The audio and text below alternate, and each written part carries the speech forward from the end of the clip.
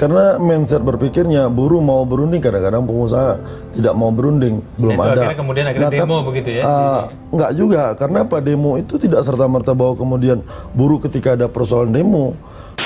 Ini pertumbuhan ekonomi berapa, akan menjahit gerakan-gerakan ini menjadi masif. Buruh mau berunding, kadang-kadang pengusaha tidak mau berunding.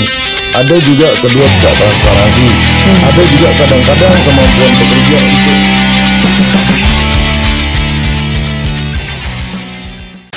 kaitan dengan di atas UMP, memang kita mendorong bagaimana bipartit, tapi efektivitas bipartit itu jauh dari yang diharapkan.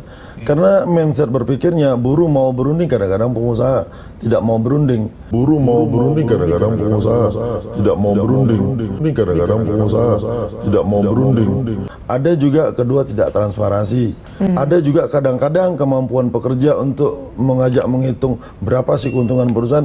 Memang kita akuin masih ada juga yang kemampuan soal menghitung itu masih belum ada. Kemudian akhirnya demo begitu ya? Enggak juga, karena apa, demo itu tidak serta-merta bahwa kemudian buruh ketika ada persoalan demo. Demo itu tidak serta-merta bahwa kemudian buruh ketika ada persoalan demo. Demo itu tidak serta-merta bahwa kemudian buruh ketika ada persoalan demo. Karena kalau demo salah, kita demo ada dampaknya. Buruh itu harus ada gagalnya sebuah perundingan. Kalau kaitan dengan upah demo ke instansi pemerintah, memang itu berbeda undang-undangnya. Karena itu penyampaian pendapat di muka umum, akhirnya UMD, upah minimum demo, sehingga akhirnya kalau demo upahnya tinggi. Nah, kembali ke soal formulasi tadi. Kalau formulasi yang selama ini dilakukan itu memang aturan undang-undang lah yang kita ikutin untuk menentukan 0 sampai 1 tahun. Nah, yang perlu dari buruh itu adalah kaitan dengan yang saya bilang dari awal tadi, di pasal 92 Undang-Undang 13, bagaimana pengusaha, pekerja, pemerintah mendorong skala upah itu jadi buruh tidak terjebak menghitung hanya bicara UMP. Nah, sementara dalam pelaksanaan implementatif pasal 92 itu tidak ada sanksinya. Bukan berarti kita mau disanksi, tapi bagaimana ada upaya paksa, bagaimana 92 tadi bisa dipaksakan untuk dilaksanakan. Jadi para pihak melaksanakan. Yang kata Pak Anton tadi bipartit, itu bagian dari bipartit sebenarnya. Bipartit tinggal dihitung berapa keuntungan perusahaan jelaskan kepada pekerjanya, lalu pekerja menghitung, bipartitkan angka-angkanya. Tapi sarananya itu sudah ada. Nah, kalau 92 itu dilaksanakan, sebenarnya kita dapat mengeliminir tingkat persoalan-persoalan buruh sebenarnya kalau pasal 92 itu bisa kita laksanakan. Selain tadi bicara KL yang masalah tadi. Oke, Pak Deddy, ini sebenarnya yang menarik dari pernyataan dari Menaker Hanif Dahiri ya, bahwa memang besaran UMP ini nanti akan ditambahkan dengan inflasi dan juga pertumbuhan ekonomi, tapi bukan tidak menutup bahwa nanti kalau ada kenaikan lagi, ini akan ada regulasi yang menyusul.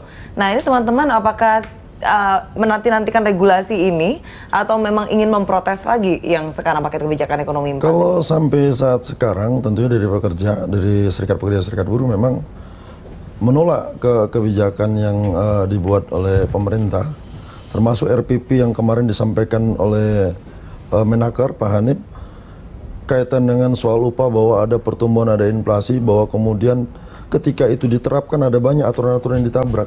Itu pandangan serikat pekerja. Karena apa? Untuk menentukan upah tadi ada namanya Dewan Pengupahan, itu ada aturan, ada Permenaker, ada menentukan upah minimum, ada sektoral. Ini kan aturan juga.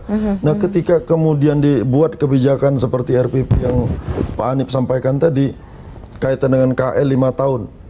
Di sini kita duduk dulu bareng, jangan sosialisasikan dulu kaitan dengan RPP ini. Kaitan dengan kualitas, kita tidak bicara kuantitatif, kita bicara kualitas dulu. Dari 60 item itu ada yang sangat tidak layak. Diperbaiki dulu ini terlebih dahulu. Setelah ini diperbaiki, duduk, panggil pengusaha, ada serikat pekerja, perbaiki dulu ini. Di mana yang sudah tidak layak. Misalnya contoh, apakah radio 2 ban sekarang itu masih layak atau tidak? Itu sangat tidak layak. TV itu tidak termasuk dalam komponen. Jadi kalau buruh itu 0 sampai 1 tahun dikatakan Pak Anton, itu tidak berhak memiliki TV. Kalau berdasarkan KL itu. Nah, ini kita perbaiki terlebih dahulu Pak, kepada Pak Hanif, tidak kemudian RPP itu langsung sosialisasi. Kalau itu makanya pekerja buruh, serikat pekerja, serikat buruh akan menolak RPP itu. Baik, kita lihat.